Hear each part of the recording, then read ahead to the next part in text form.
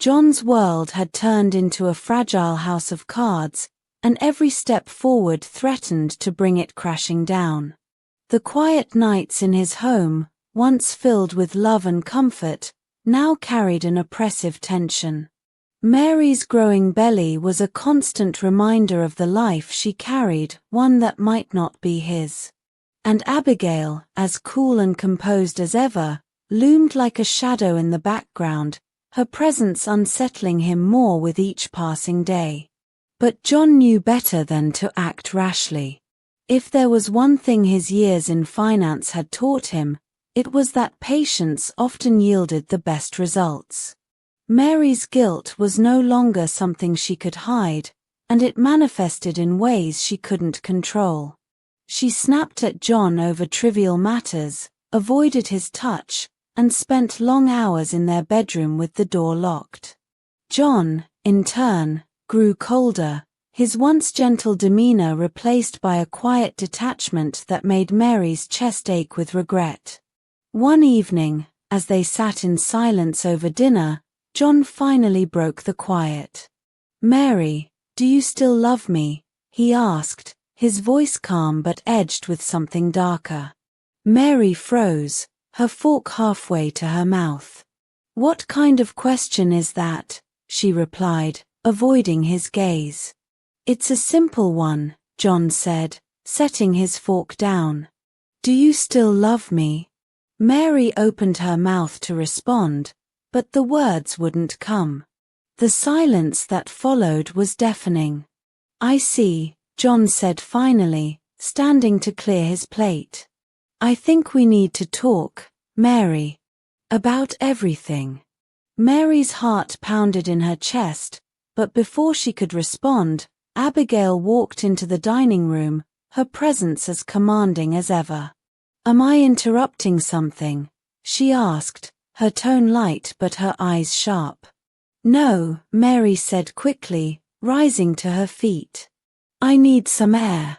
She brushed past Abigail, her breath coming in shallow gasps as she fled to the garden.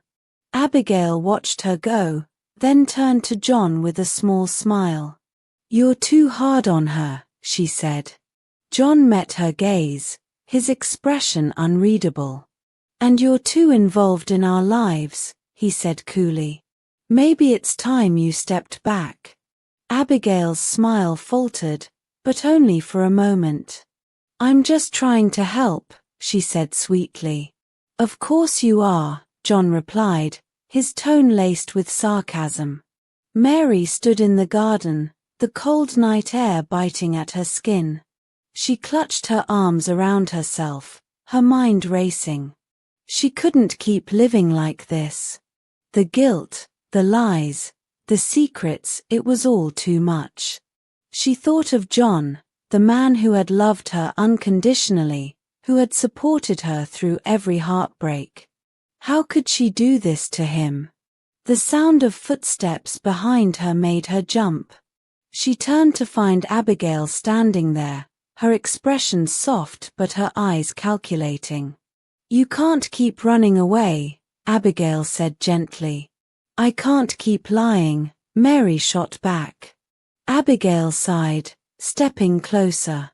"Mary, listen to me. John will never forgive you. If you tell him the truth, you'll destroy him. And for what? A moment of honesty that will only bring pain." Mary shook her head, tears streaming down her face. "I don't know what to do, Abigail. I'm trapped." "You're not trapped," Abigail said, her voice firm. "You're protected. But you have to trust me." Mary hesitated, her resolve wavering. She wanted to believe Abigail, to cling to the safety she offered. But deep down, she knew she was standing on a precipice, and one wrong step would send her tumbling into the abyss. While Mary wrestled with her conscience, John had begun to dig deeper.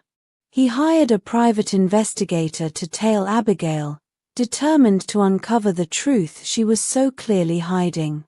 It didn't take long for the investigator to return with damning evidence, recordings of Abigail meeting with questionable individuals, phone logs suggesting suspicious activity, and a series of cryptic messages hinting at a darker agenda. John's suspicions were confirmed. Abigail wasn't just meddling, she was orchestrating something far more sinister. But instead of confronting her outright, John decided to play along. He needed more proof, a confession, something he could use to ensure Abigail could never hurt his family again. Abigail, unaware of John's growing awareness, was busy executing the final stage of her plan. Mary's guilt and wavering loyalty were becoming liabilities, and Abigail couldn't afford any loose ends. She decided Mary had to go. The upcoming New Year's Eve party provided the perfect cover. The fireworks, the chaos, the drunken revelry, it was an ideal backdrop for an accident. Abigail hired a hitman, a man with no ties to her, to ensure the job was done cleanly. "Make it look like a stray bullet," she instructed, her voice cold and detached. "No loose ends." The hitman nodded, accepting the cash-stuffed envelope she handed him. Unbeknownst to Abigail, John had tapped her phone and was listening to every word. He heard her instructions to the hitman, her callous disregard for Mary's life, and her chilling laughter as she finalized the plan. His blood boiled, but he forced himself to remain calm. He contacted the authorities, providing them with the evidence they needed to intervene. The party was a grand affair, hosted at the family estate. Guests mingled in the lavishly decorated hall, glasses of champagne in hand as laughter and music filled the air. Mary stayed close to John, her nerves frayed from the tension between them. Abigail, as always, moved through the crowd with practiced ease, her demeanor cool and composed. But beneath her calm facade, she was on edge. The hitman was stationed outside, waiting for her signal. As the clock neared midnight, Abigail stepped outside, her phone in hand. She sent the signal, a simple text, "Do it now." But instead of the hitman, a team of plainclothes officers surrounded her, their guns drawn. "Abigail Montgomery, you're under arrest for conspiracy to commit murder," one of them said.